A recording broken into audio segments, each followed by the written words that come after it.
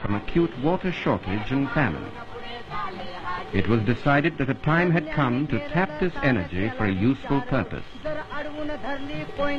It was planned to dam the river and create a reservoir from which the head race tunnel would lead water 4 kilometers through the mountain westwards into the surge well at the beginning of the steep slope on the other side. Here for takeoff would lead the water to the pressure shafts and so down to the powerhouse at the bottom. There the pressure of the falling water would turn turbines to produce electricity. The used water would then flow along the tail race tunnel out of the bowels of the hills into the open valley. A striking feature of this project is that our engineers would turn the entire course of the river westward, resulting in maximum production of power.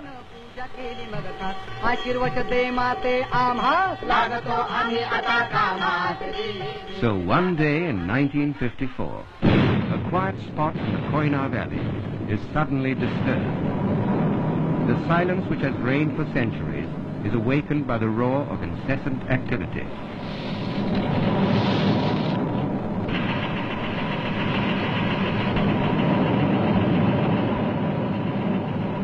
Slowly, in the midst of the constant stir, the plans are taking shape.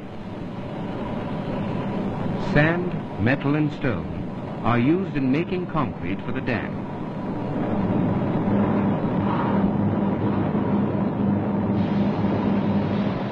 To get the materials to the actual site, they are loaded into huge buckets and sent swinging away along the ropeway.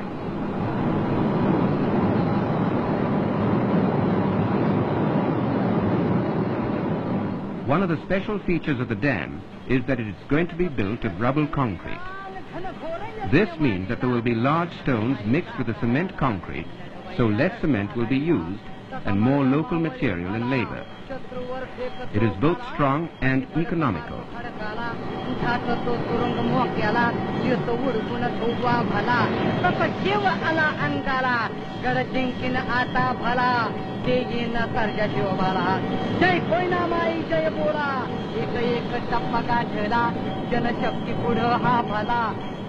Block by block, the dam rises to an imposing height. The dam will rise to a height of 105 meters.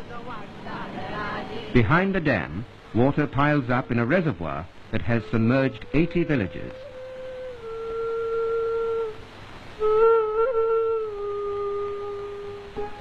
The intake channel leads water impounded in the reservoir to the head race tunnel.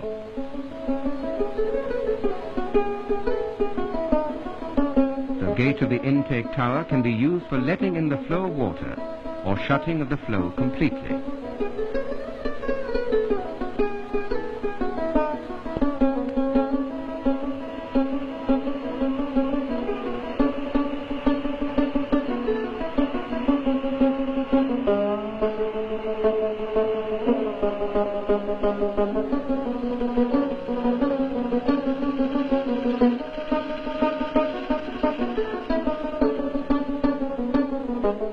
This is where the surge well is built. It is a safety device to prevent sudden changes of pressure in the tunnels carrying the water. It is the sheer drop of about 500 meters that make Porphyry an ideal location for the powerhouse. The greater the drop, the greater the forces of water rushing down, and the more the power that can be generated.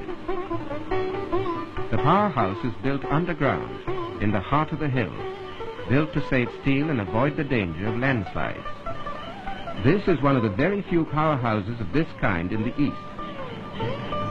Its immensity is stupendous. It is a monument of modern India, cut out of the living rock, like the rock temples of old.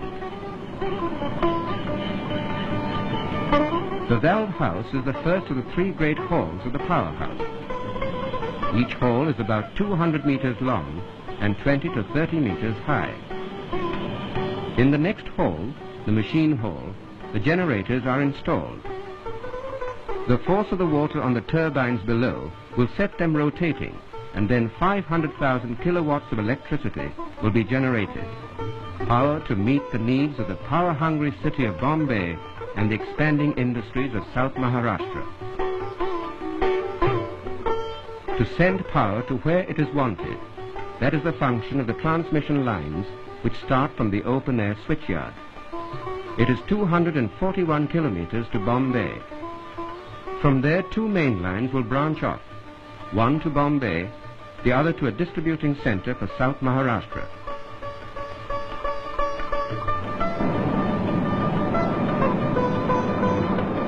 Men and machines are active day and night, for they have a huge task to accomplish.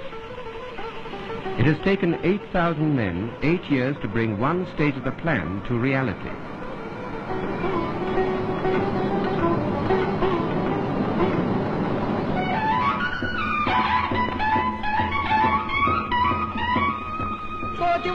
The 16th of May, 1962.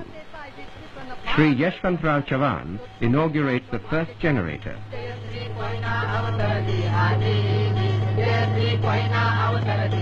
All over the state, the wheels of industry are set turning.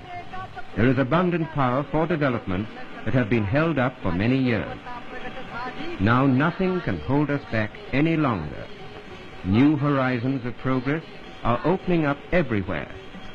Town and country alike are full of a new hope. Parched earth turns into green meadows.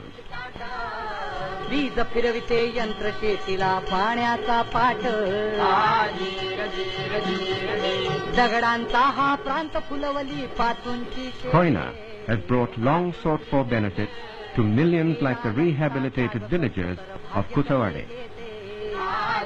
Our fears were short-lived. Our new life is a full and contented one. We now have many amenities. We get constant medical attention. There is a good school. We can see our children growing up bright and healthy. So when the new year comes, goody goes up. It is the traditional Maharashtrian symbol of welcome to the new year. This time, it welcomes a more significant year. Contentment and happiness have come to us. There is a promise of plenty and prosperity.